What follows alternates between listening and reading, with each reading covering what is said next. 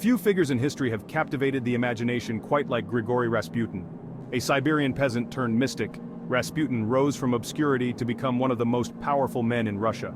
He was a man of contradictions, a holy man with a penchant for debauchery, a trusted advisor shrouded in scandal. His life and death remain shrouded in mystery, a tapestry woven from fact, speculation, and outright fabrication. Rasputin's story is inextricably linked to the fall of the Romanov dynasty. He arrived in St. Petersburg at a time of great upheaval when the Tsar's grip on power was weakening.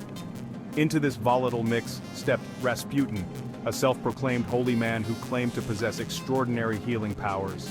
To my followers, I am a miracle worker, a conduit to God. To my detractors, I am a charlatan, a dangerous demagogue who holds the Tsar and his family in my thrall. His influence over Tsarina Alexandra, desperate to find a cure for her hemophiliac son, was undeniable. Rasputin's story is a cautionary tale of power, ambition, and the perils of unchecked influence. The early 20th century was a tumultuous period for Russia. The once mighty empire was teetering on the brink of collapse. Tsar Nicholas II, the last of the Romanov dynasty, was a weak and indecisive ruler.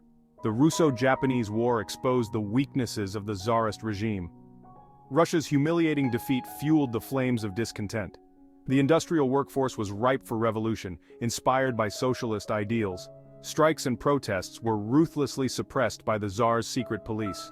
In 1905, a peaceful demonstration in St. Petersburg was met with violence, known as Bloody Sunday. Against this backdrop, Grigori Rasputin emerged, offering hope to a nation seeking solace.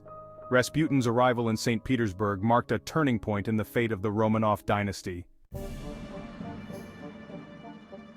The story of Grigori Rasputin is one that has been told and retold countless times. Over the years, it has become encrusted with myth, legend, and outright fabrication. Separating fact from fiction is a daunting task, made all the more challenging by the passage of time and the destruction of key documents. Rasputin was a polarizing figure in his own time, and his legacy continues to be debated by historians today. Was he a genuine mystic with extraordinary healing abilities, or was he a cunning charlatan who preyed on the vulnerabilities of the powerful? To understand Rasputin, we must delve into the historical context in which he lived and died. We must examine the political and social forces that shaped his worldview and influenced his actions. Yet, by carefully examining the available evidence, we can begin to piece together a more nuanced and accurate portrait of this enigmatic figure. Grigori Yefimovich Rasputin was born in 1869 in the small village of Pokrovskoye, nestled in the harsh Siberian wilderness. His early life was one of poverty and hardship. The son of a peasant farmer, Rasputin received little formal education.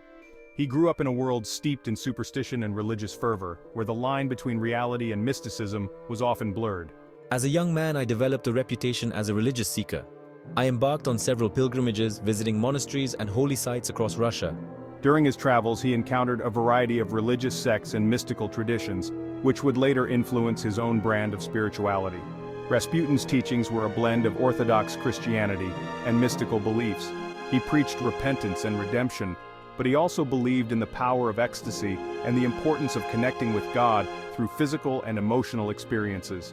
His unconventional beliefs and behaviors also aroused suspicion and hostility from the clergy, who viewed him as a heretic and a threat to the established order. Rasputin's path to power began in 1905 when he arrived in St. Petersburg, the glittering capital of the Russian Empire. He quickly gained a reputation as a holy man with miraculous healing abilities. His fame spread through word of mouth, reaching the ears of Tsarina Alexandra, the wife of Tsar Nicholas II. I was desperate to find a cure for my son Alexei, who suffered from hemophilia. Traditional doctors seemed powerless to alleviate his suffering. In Rasputin, she saw a beacon of hope. He was unlike anyone she had ever encountered, a man of the people who claimed to possess a direct line to God.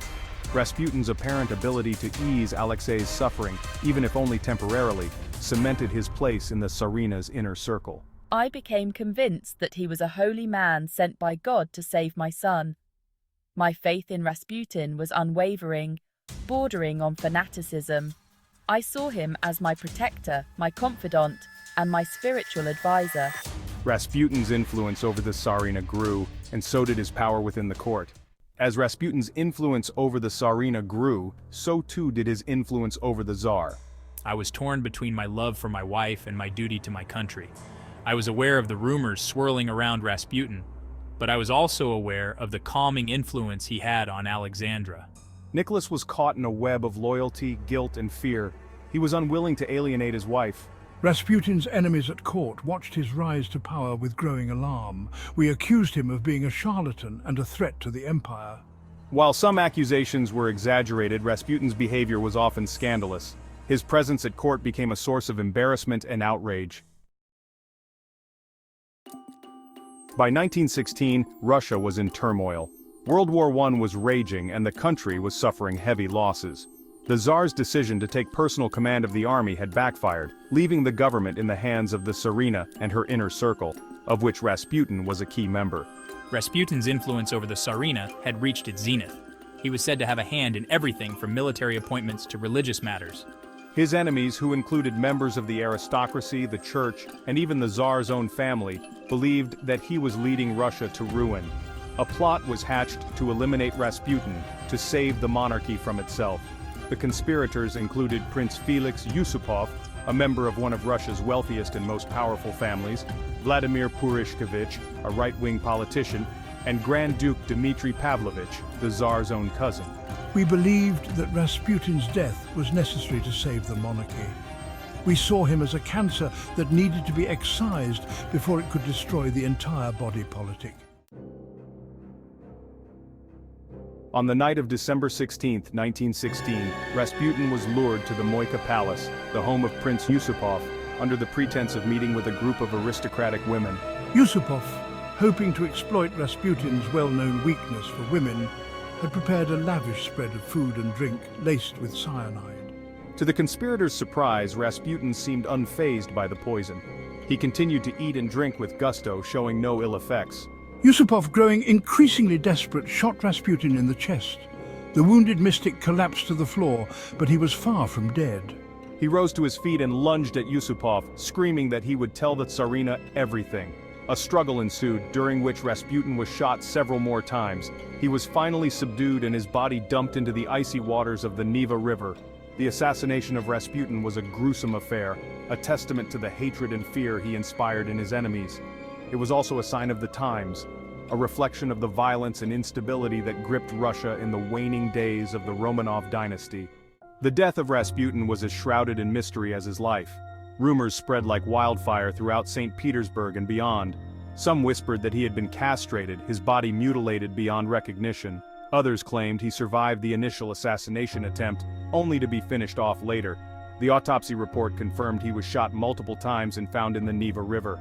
The legend of Rasputin's supposed immortality was born. His story, a blend of fact and fiction, will continue to be told for generations. Grigori Rasputin's legacy is a complex and contradictory one. He remains a figure of fascination and revulsion, a symbol of Russia's turbulent past. To some, he was a holy man, a visionary, and a healer. To others, he was a charlatan, a debauchee, and a traitor. The truth, as is often the case, lies somewhere in between these two extremes. Rasputin was a product of his time, a man who rose from obscurity to a position of great power and influence. His influence over the Romanov dynasty is undeniable. His relationship with Tsarina Alexandra, his alleged role in government appointments, and his scandalous behavior further eroded the already tarnished image of the monarchy. While it is impossible to say with certainty whether Rasputin's removal from the scene could have saved the Romanov dynasty, his assassination was a symptom of the rot that had set in at the heart of the Russian Empire.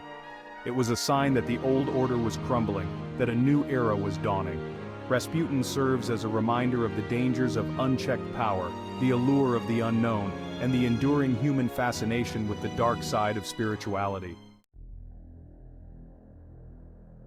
More than a century after his death, Grigori Rasputin continues to fascinate and horrify us in equal measure. He remains an enigma, a shadowy figure whose true motivations may never be fully understood. Was he a genuine mystic, a cunning manipulator, or a tragic pawn in a game far bigger than himself? The answer perhaps lies in the eye of the beholder. In death, as in life, Rasputin continues to cast a long shadow over Russian history. His story will continue to be told and retold for generations to come, ensuring that the legend of the Mad Monk lives on.